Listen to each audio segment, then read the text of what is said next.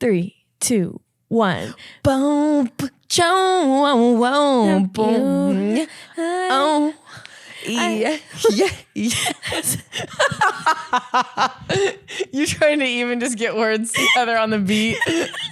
I literally could not find the beat. You were doing the beat, and I was like, You're like trying to catch it. It's going further and further.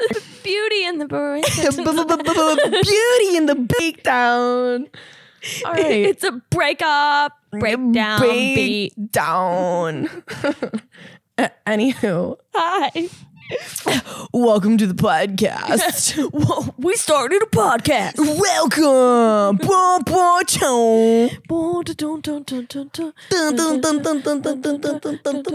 Heidi. All right. We both Focus. All right, I want to talk about this. I had to make deviled eggs for a friend's miss. a friend's Miss Thanksgiving. Yeah, well, it was supposed to be obviously in like November, December, but one of our friends got hand, foot, and mouth disease, which I didn't even know was a thing anymore. Yeah, I guess like when adults get it, it's not nearly as bad though. I think the kids got it and then the adults got it too. What? Like, whenever I think of hand, foot, and mouth disease, I just think of hand and foot in mouth. I know, like a baby when they chew on their feet. Yeah. Ew. Just imagine a foot starts growing out of your mouth. I don't understand how diseases work. It's so fucking gross. You got toes on your fingers and fingers on your toes. Wait, did I ever tell you that I had scabies one time? The scabes, the skin lice. First off, if I ever had it, I would never publicly tell anyone. So the fact that you even just decided to set it off like that, I'm proud of you for coming here today and admitting something so foul for all of our entertainment. I did not know that it was like that bad. I was just, I told my work and my mom was like, why would you tell your work? Yeah, literally. I was like, I can't go to work. I got these scabies all over my hands. Oh my God. But I guess I got it from a tanning bed. Ew. You know what? I've always been suspicious on how well they clean them because, like, you don't ever see them clean them, you know? You just got to go in there and expect that they cleaned them. Yeah. Well, I called the tanning salon and told them because I was heavily tanning at that time in my life. And I told them and they were like, no, we use like a super powerful disinfectant. It would even get rid of AIDS. I was like, okay, well, if that's the case, then you need to go pair up with the hospital and figure out why they don't have a cure yet. Yeah, right. Because that doesn't add up. So can you just spray that shit? Like, they literally like eat it? Atomic bomb every tanning bed. You're like, you can't use this for 24 to 48 hours after cleaning it because it will erode your skin off. It will actually eat anything that you have on your skin. I had a friend that got she has it forever. She got like a skin disease or something where it like discolors your skin. And then on top of it, she got Infantego? I don't know what it was, but it was from using like, it was like excessive like tanning bed exposure. So she had these like spots that were like permanently like discolored like all over her stomach and her back. And then found out that she also caught around that same time a really bad like fungus. And like she had these like, I don't even know. We cheered together, but she had like this like cream she had to like put on like her arms and stuff. She had like patches of like, oh, it was so fucking gross. It was so nasty. It deterred me from tanning for a long time. I tell you what. So I used to be such a heavy tanner, and then I just, especially now that spray tans are a thing, like why would you still go in a regular tanning bed? The only reason I still go in a regular tanning bed is because I have seasonal depression and that vitamin D be feeling good sometimes. But besides that, like same, like I would much rather like spray tan. It's faster. I get the color I want. Like, there's something so lovely and relaxing about a tanning bed. It is. And there's something so atrociously terrible about a spray tan. Okay, I swear to God, I feel like I smell like corn chips after I get a spray tan, and I'm like so like self-conscious that people are like, oh, she got a spray tan. Why does it make your BO worse too? I think it's just like your pH mixed with whatever's in like the tanning solution. What is in there? I tell you what, I'll be like fully showered, fully exfoliated, like fresh deodorant on, and I come out and I'm like, something smells right. Something smell right. I know it ain't me.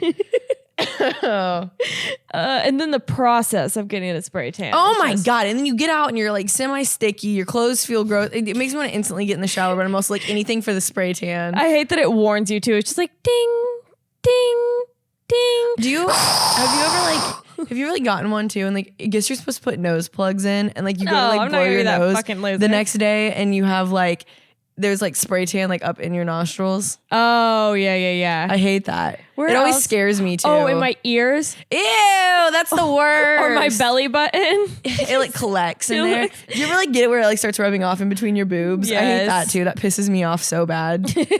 And then you're just trying to like exfoliate it Yeah, all the way off, all the way off. like a puddle in the middle of your tits. I like you start like pushing it in like just like the Cheeto dust, but it's like with your Ew. skin just in between your fingers, just spray tan. You're literally just like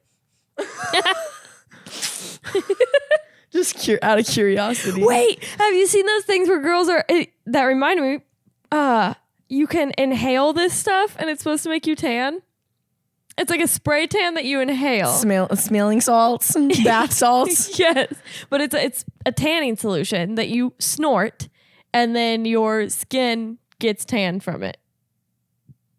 That sounds like a carcinogen that you're going to end up dying from doing. That sounds like a terrible idea. You're definitely going to die from it. And I don't understand why you would do that. Like, if I had the option of getting something sprayed on my skin or snorting it up my nose, I'd rather just get it sprayed on my skin. That sounds like it'd be so much more. It sounds easier. It just sounds like a more logical thing to Also, do. how does the tan know where to go when you snort it? Okay, I feel that same way about like Tylenol and medicine and stuff. Like that has been the one lingering question I've had since I was like 5. I'm like, how does it know where to go? I have seen scientific studies about that. I don't know. Your neurons know when something is. They got a smarter brain than me. Yeah, our brain's smarter than my neurons have better brain power than me, I guess. I only have 2 brain cells that just ping off each other all day long. I swear. And then you just get one pulsing headache, and all your neurons. I have one vein right here that runs through my forehead. I named her Victoria because if I'm like laying down or I'm thinking really hard, she'll start popping out. Like, hold on, let's like reenact me laying down. Oh, I see it. Yeah, I see her. Hey, Vicky. How you doing, BB girl? She be coming out to play, man. Does it get really big when you yell? Yeah, it does. Cry. Yeah, when I cry, definitely. Yeah, I can't really tell you the last time. I mean, just kidding.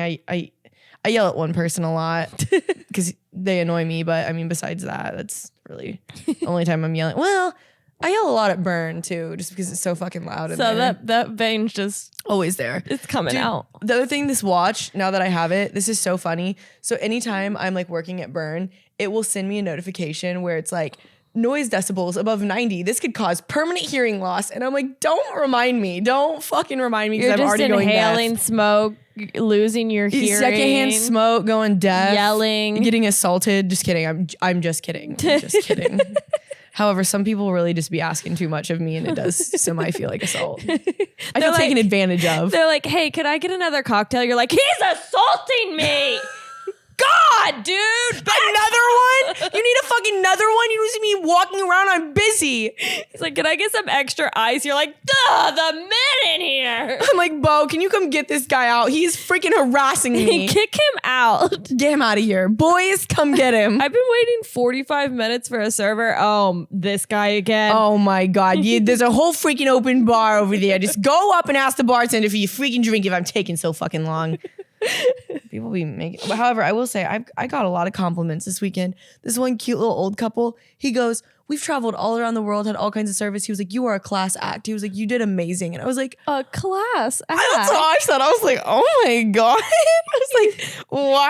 You said, well, that's just dapper. Top of the morning to you, Cancer. I'm like, are you trying to rub my toes right now? Stop playing with me, buddy.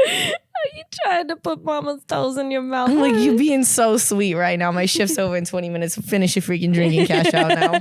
You just hand him a bill. I like slide it in there. I'm like, okay, good to know. Now go ahead and give me your whole bank account. Give me your savings account. If you want to go ahead and write down your checking and routing number on there. I would go ahead and let you do that. By all means, please. Give me your social security check right now.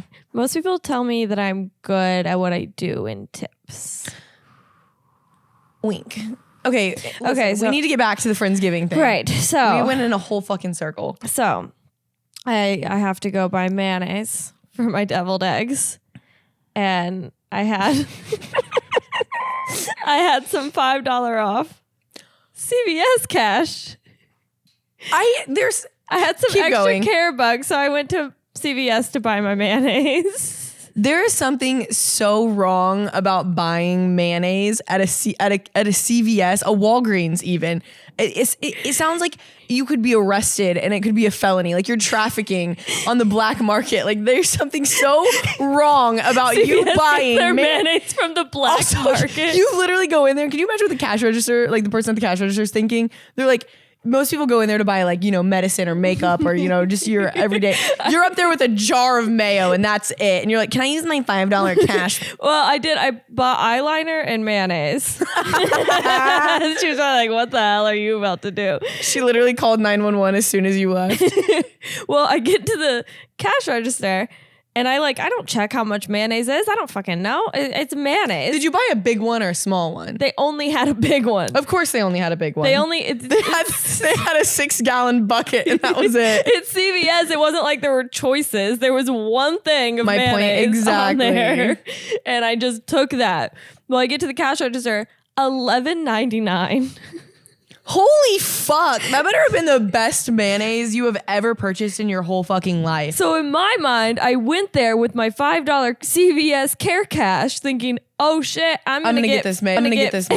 I'm about to fuck this mayonnaise up. But it ends up being $11.99 and my CVS cash had expired.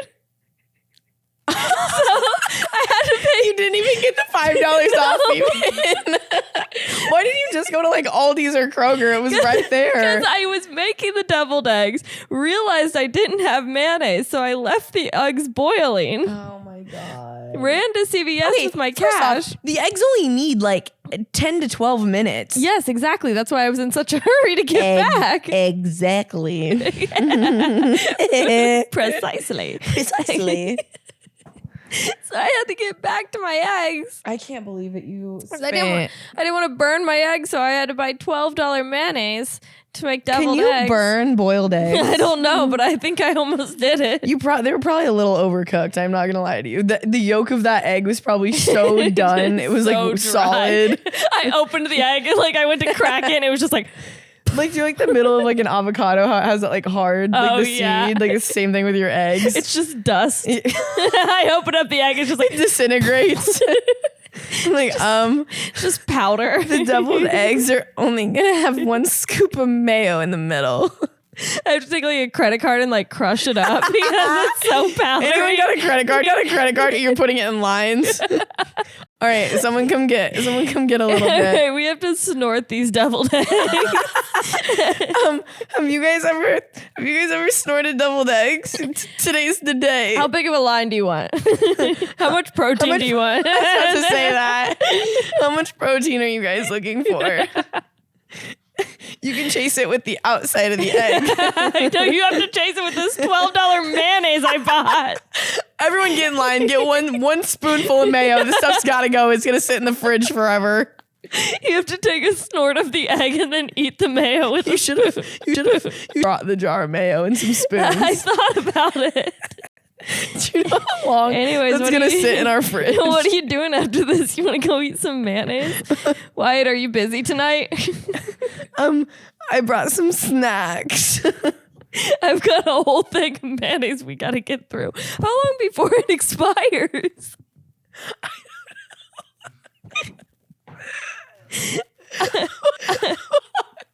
What do you think? Besides deviled eggs and maybe sandwiches that nobody eats, I don't know how you're gonna get rid of it. I don't know how you're gonna get through this. We've got a big dilemma on our house. You can sell it as a Facebook marketplace. I bought for $12.99 without the $5 off. I'm hoping to get half my money back. I start doing arts and crafts with it. And this was painted with mayonnaise. Hellman's light mayo. Oh my God. And this jewelry.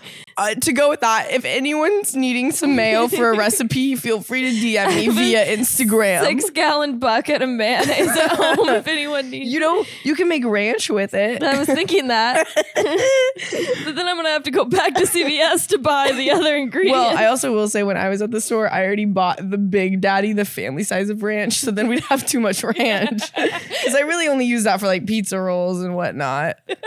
You know, the basics. You know? Oh, you could do a hair mask. Oh, you know what else you can do with mayonnaise? Put it on your plants. You know all those plants we have. For what? For a blanket? No, it makes their leaves shiny. I was gonna say, does it kill them? It like suffocates them. When you want your plant to die, you just put some mayonnaise on the leaves. You know how good plants smell? What if they didn't? What if they didn't? What if you just put mayonnaise on them? Okay, think about this. What if they didn't? Then what? You know how like shampoo and conditioners smell really good? Mayonnaise does. If someone put mayonnaise in my hair as a mask, I would probably immediately start throwing up. I did that as a kid. Did you not? I bet you did. Your mom never put mayonnaise on your hair. No, I remember one time I got head lice from That's how you get rid of it. I was gonna say I got head lice from we went to this like summer day camp and it was all outside and they would like make us put all of our book bags and like coats and stuff like in like this shed together. And I think that that's how we caught it basically. But my mom did this like she shaved both of my brother's head, and then like I'm sitting there with this like I think it was You're fucking like, no, I think it was like fucking acid and bleach because I remember my scalp like burning him in the bathtub, like fighting for my life, and she had to put this like cap over it and let it sit for like 30 minutes, and I'm crying. You're like, I'll just the shave whole it. time. I wish she would have used mayo because she didn't. She bought the really really strong stuff from the store. She just bought a bottle of bleach. No, I swear, I'm not kidding. That's what you should have done for your scabies. You should just put your hands in mayonnaise. Did you know that you can put mustard on a bee sting and it'll make it stop stinging? I doubt that. Now you're just saying shit. Anyway, I've got a whole thing of mustard at the house as well. So we gotta get through. This bitch is suddenly a holistic doctor. I really did have a holistic doctor growing up, though. Did you know if you put ranch in between your toes and squish it together, your depression will be gone? Sarah, I'm doubting you right now. I need Did to see you the know that if you credibility. eat a whole onion, no one will want to talk to you anymore? Do you know if you start just I don't have anything to say right now. I have nothing to go off of that right now. All right. Anyway. Jesus Christ. So anyway, mayonnaise. I can't How stop about that it. 6-gallon bucket of mayonnaise in your A1 socks that you're wearing that match your Oh yeah. legs? Oh my God. These bad boys, you can't. These are these. You can't get these at CVS. These bad boys, you can't buy these at any local Walmart. I also haven't shaved my legs in like 9,000 years. I All finally right. shaved my legs today, and that was the first time in a while. I tell you Ooh, what. that first shave after though. I mean, You have to like moisturize and everything. You With just feel right. mayonnaise? You literally start rubbing them together. Ew. I don't like the smell. It's like vinegary. Ew. I'm only using mayonnaise as lotion now. It's nasty. It's so nasty. Anyway, what were you about to say? Oh, let's talk about your first stand-up set. Yeah, we didn't touch on that last week. I think last week we were working through some other things, but I feel like that was one of those moments where, like, do you know when you have like an expectation in your head of what you play it out in your head exactly how you think it's gonna be, and then it just ends up being the complete opposite.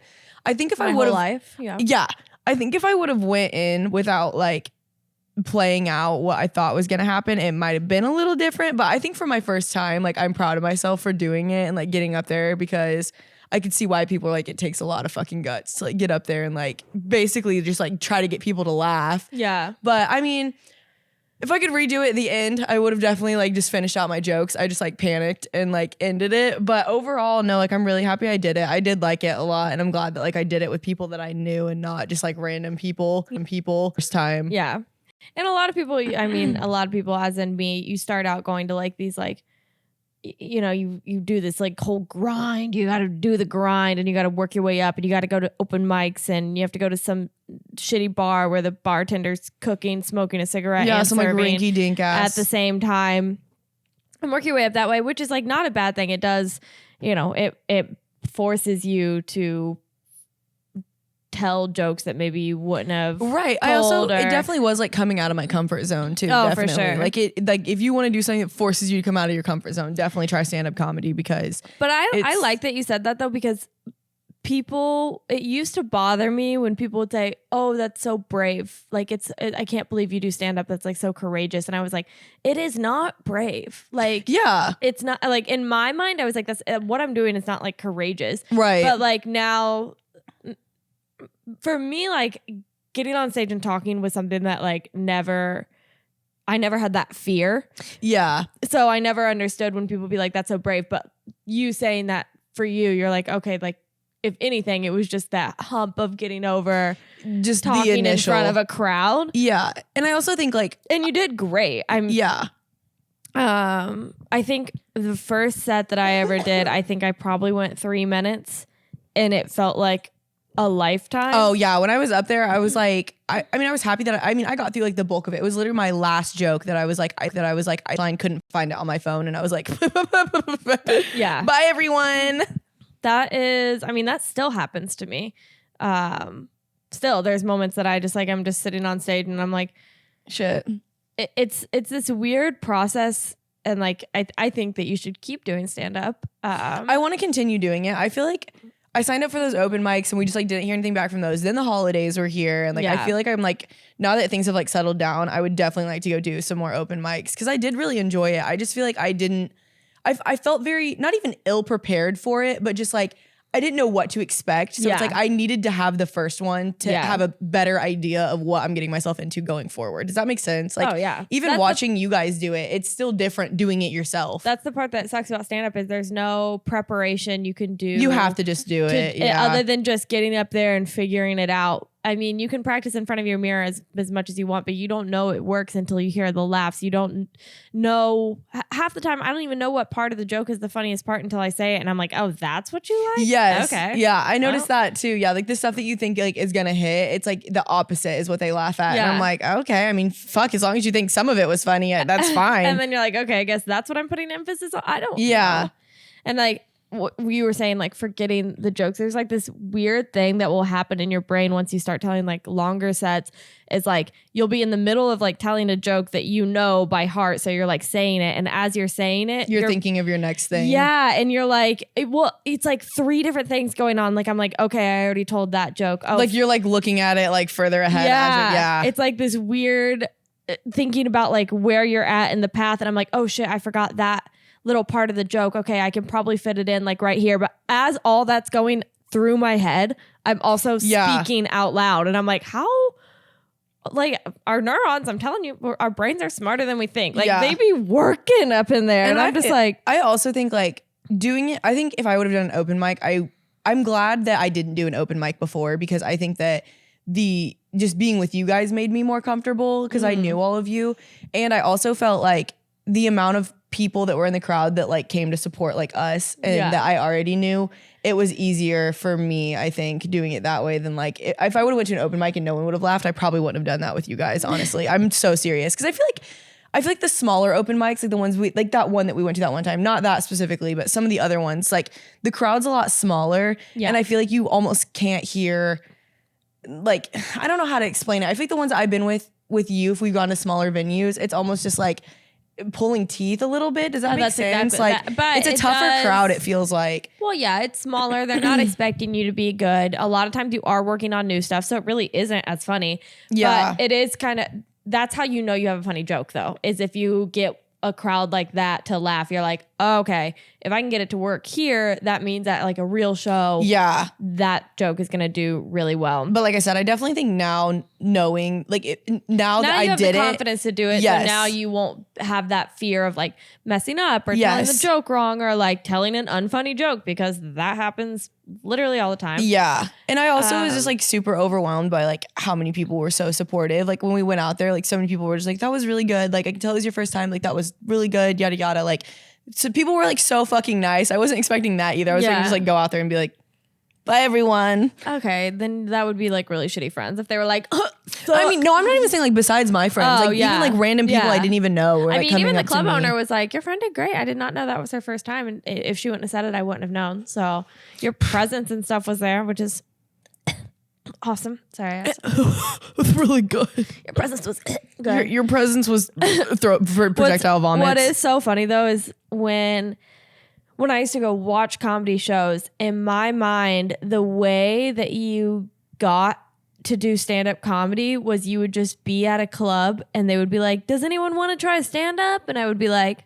me. And like You're literally like, that's how you like start stand-up. I had no idea about open mics or the process of it. So you literally did what I thought stand-up comedy was, where like you just happened to meet me and I was like, you should try it. Like that's what I thought was going to happen. I mean, it also took me over a year now. Yeah. Like from you and Bowers both like trying to encourage me and like me always being, I'm going to do it. I'm going to like, so I feel like it took me a while and it helped like going and seeing you guys perform too, because it gave me like somewhat of an idea. But I definitely think like kudos to you for going out and seeking that and doing it on your own, because that would have been enough anxiety for me. Like if I didn't have you guys like kind of encouraging me to do it, I don't know that I would have ever like built the balls to do it, honestly. Opposite. I wanted but I think you knew that you want. Oh. Yeah, I didn't want anyone to come. When I did that first open mic, I didn't tell any of my friends. I didn't tell any other comics. Like I went with Joey Bender, who is also a comic, but it was just him and I didn't tell anyone. I didn't want anyone to know, because I was like, I don't know why I didn't want anyone to know. I feel like it was probably because you wanted to see if you were going to be good at it or not. Yeah. Like nobody wants their friend to like see them fail if that were to be the case. And like I feel like there's like a sense of embarrassment that comes. Like if I go in front of a bunch of people I don't know, I feel like I'm like, okay, well fuck these people, I'm not going to see them again. Or if it's like all my friends, that's when I'm like, I've disappointed everybody. No one's going to talk to me ever again. Yeah, maybe that's what it was. But I think I was like, maybe like 3 months in when I finally told Bowers, who was the person that kind of got me into stand-up. And I was like, yeah, I'm doing stand-up. And I was like, I'm going to go to an open mic tonight. And he's like, well, I'll come. And I was like, no. I know he was like almost like who I was like most not scared of, but I'm like, I feel like I like wanted to, because it was his show. Like I didn't want to let him down so much that I was almost kind of nervous about that. But then like, I also know he's so supportive and like so encouraging that I was like, I could literally go out there and throw up on the stage and he's not going to be mad at me. You know what I mean? That used to worry me with Bowers, is sometimes he's so supportive that I would be like, if I do crash and burn, are you going to be disappointed in me? Or like, are you so supportive that like I am terrible and you're just not telling me? Like, you know, imposter syndrome as well. Like sometimes I get that on just in general, like with comedy, is like, are people actually laughing at me, or am I just so invested in this that people want me to be funny, so they think that I'm, and your brain starts doing all these stupid things, which I know aren't true, but like imposter syndrome is fucking real. No, it is. I agree with that. I also just think like you're your own like worst critic, 100%. Right. Like I feel like people don't that ever, and like the 7 men on my TikTok and Instagram page that that are constantly coming at your throat, that are trying to ruin your life. Meanest fucking things. They wake up in the morning and on their mirror it's like they have it written out like at Sarah Pop Tarts, ruin her life. Yes, I'm not kidding. Sometimes I'm like, the guy that told me I have wide ribs, I'll never get over that. Or being called skinny fat. Oh, yeah. What does that mean? What the fuck does that mean? No, someone called me fit fat Sarah. He was like, how are you so fit but also fat? Like, what is that? Like, what does that even mean? What? I don't, it's like when you were telling me that, I just couldn't grasp my head around it, because I was like, I also don't know why it's always my fucking body. Like I don't post about my body. You're like, leave me alone. Like, I don't post about my body. I don't like post your these, neck up. Your body's not even in it, and they're like, go to the gym. I can tell by those eyes. You need to lose some weight in your fucking ribs. God like, damn. I can tell by the look in your eyes you got fat toes. You better get it together. And you got cankles, don't you?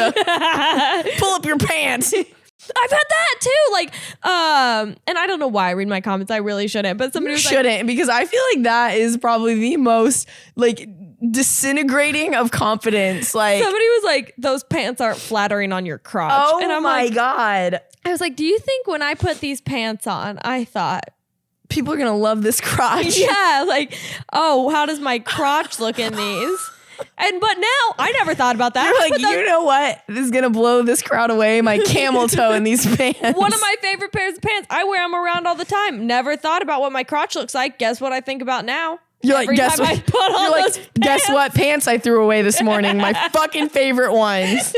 because they're unflattering on my crotch apparently. But I just My crotch. I don't understand why everything has and I see this a lot with female comics. It's like you're trying to tell jokes and you don't know what to wear or how to present yourself, and everybody is already like a little bit insecure in general when you're going in front of a crowd of people and trying to present you yourself. really are like physically, like emotionally, mentally, like, you're putting it all out there. I mean, Right. you really are. Like that is, when I say that was a humbling experience for me, like in my head on top of like saying these jokes, I'm like, I literally said in my head, I'm like, I wonder what I look like up here. I'm like, I wonder if I look frumpy because I wore these like, I mean, I wore a baggy outfit and I'm like, I wonder if my hair looks dumb. Like I was having those thoughts in my head and I'm like, that's the last thing I should be worrying about right now. Right. So like exactly. Like you're already thinking about like what kind of outfit do I want to wear? How should I do my hair? I don't want to dress too nice. I don't want to dress too down. I don't want to dress too sexy. I don't want to dress frumpy. Which is so dumb because you don't like your physical appearance does not like take Well. away from how funny you are. So I think to my can you tell it to the seven freaking Instagram the crotch polls? hater?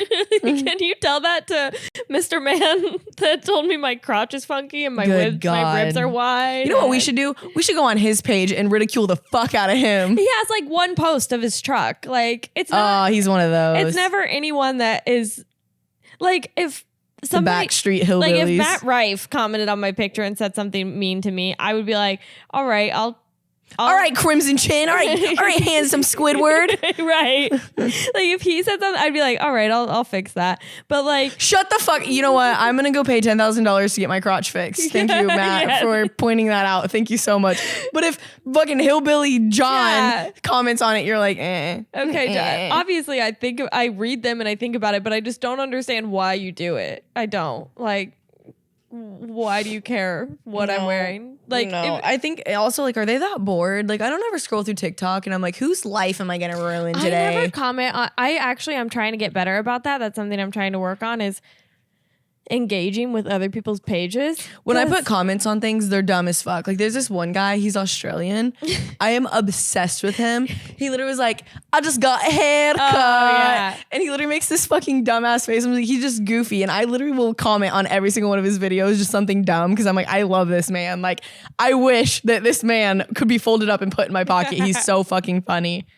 I just never, I never, and even, I never even liked the video. I'll fucking love a video. I'll show it to like, I'll love it. I'll love it to death. I'll like.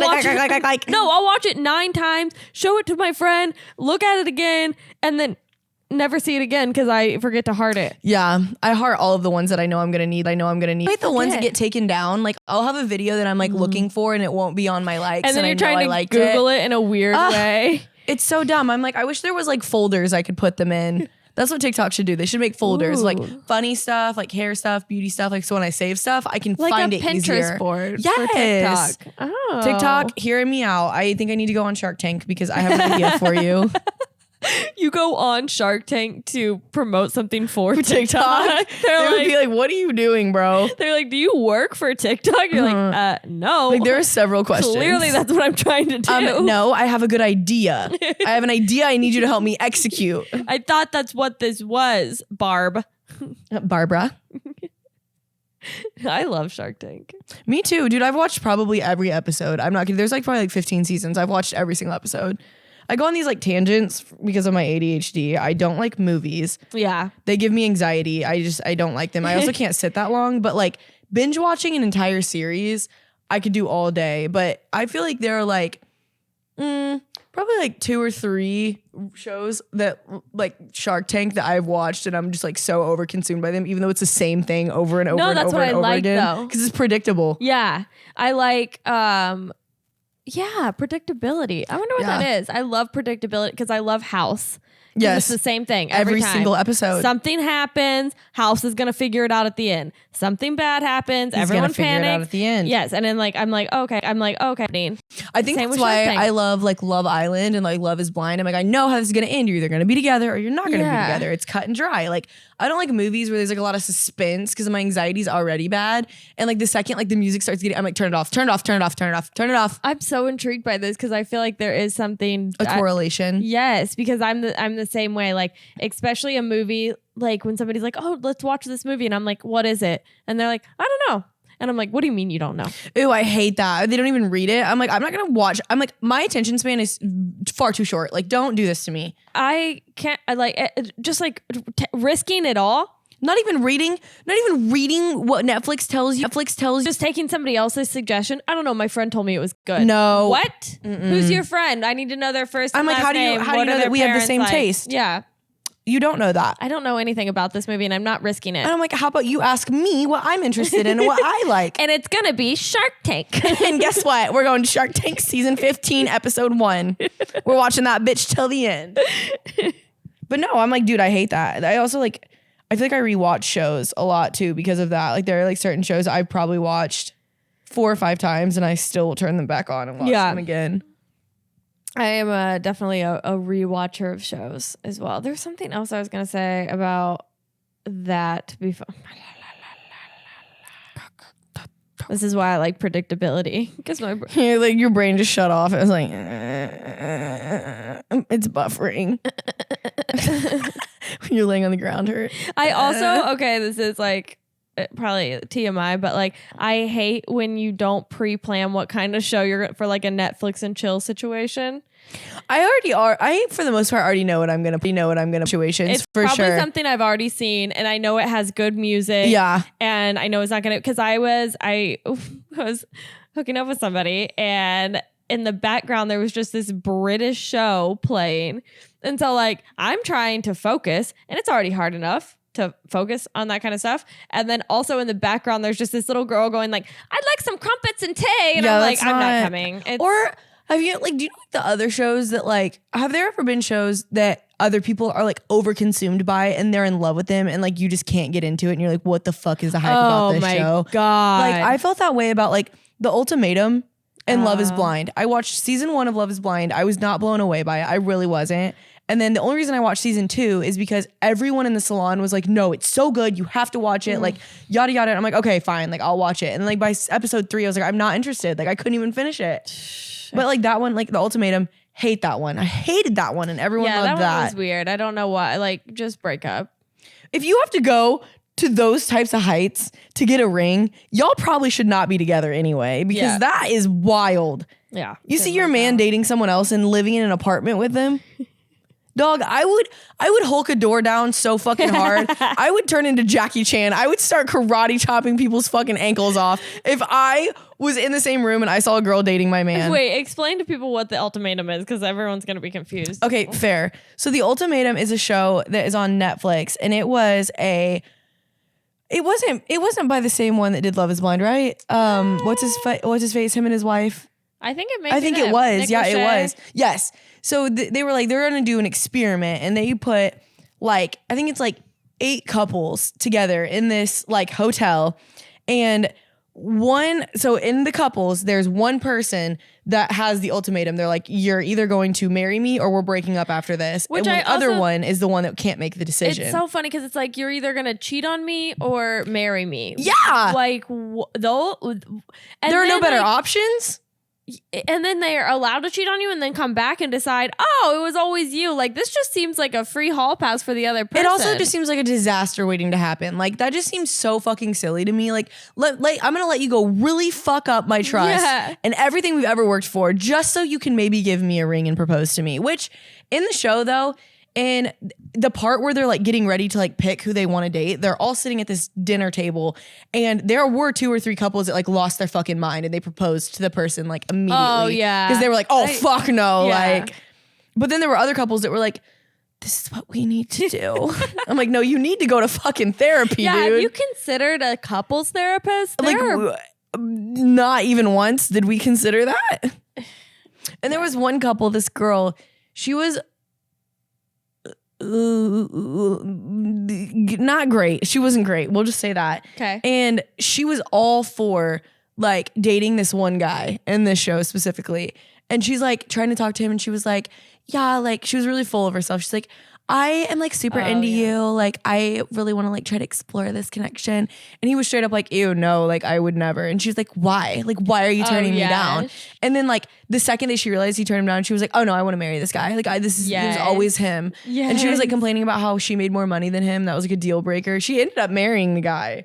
But I'm like, this whole show is wrapped in lies. I think that experience is probably so humbling for her because she thought, oh, like she was gonna go in there and everyone was gonna want to try to date her. yeah, and then like nobody wanted to, and she's like, actually, I love my husband.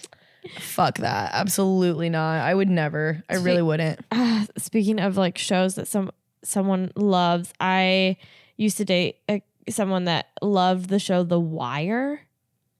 I don't think I know that one. Don't.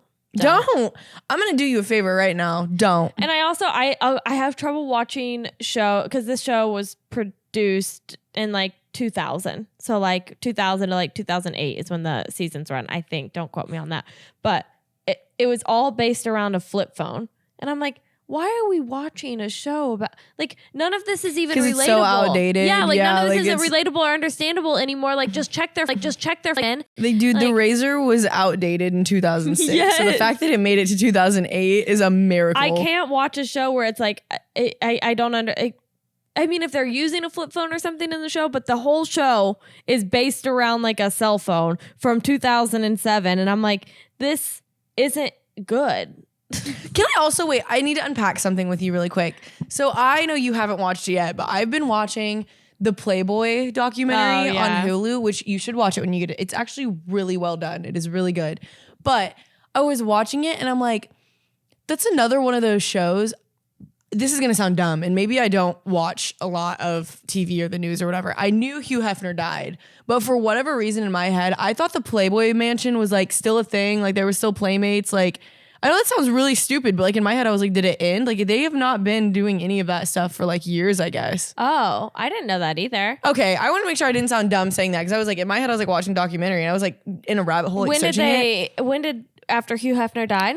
I think it started kind of going downhill before he died, like a year or two before he died. Like Playboys at all? It's not a thing. No, I mean, I don't know if the magazine is still a thing, but like as far as like Playmates, like legitimate Playmates and like bunnies living in the house, it's not a thing. I also feel like there comes that probably comes along with a lot of women empowerment as well, because you can go out on, you don't need to live in the Playboy Mansion to like, well, and in that documentary, like in a like, in that type of way. Like if you want to be in the sex industry, you can. You don't have to go live at the Playboy Mansion to do that. You can just create your own OnlyFans and like collect all your money and keep it. You personally. Don't have to go, so you don't have to go like fucking old man in a robe anymore. Like this was literally it closed, like the mansion closed, like wasn't operating like that in 2012. If you would have asked me, I would have literally been like, yeah, like they're still out there doing this shit. If you would have been like, we're going to go visit the Playboy Mansion, I would have been like, okay, cool, let's go. I would go up until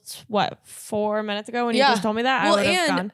And to go with that, in like the second or third episode, there is a like ex Playboy bunny.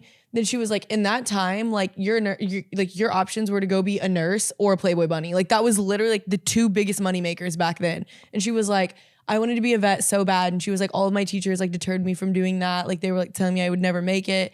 And I was like, girl, that seems a little wild. I mean, times were different then, but like, I guess like the Playboy thing was massive in the 80s. Like that was like the thing to do. Well, yeah. I mean, I feel like it's still kind of like that. I mean, obviously a lot has changed in the past like 10 years, but yeah, I grew up super small town, so that's they still kind of have that mindset there where it's like if you're a woman, like you can be a secretary or a nurse or but he did target that too. So his whole thing was he wanted the girl next door. He would target girls from small towns. That's what he wanted. He wanted girls that didn't have a strong family relationship. So he would prey on like broken families, or girls that come from small towns, or girls that were lost or young, so he could like kind of more he wanted.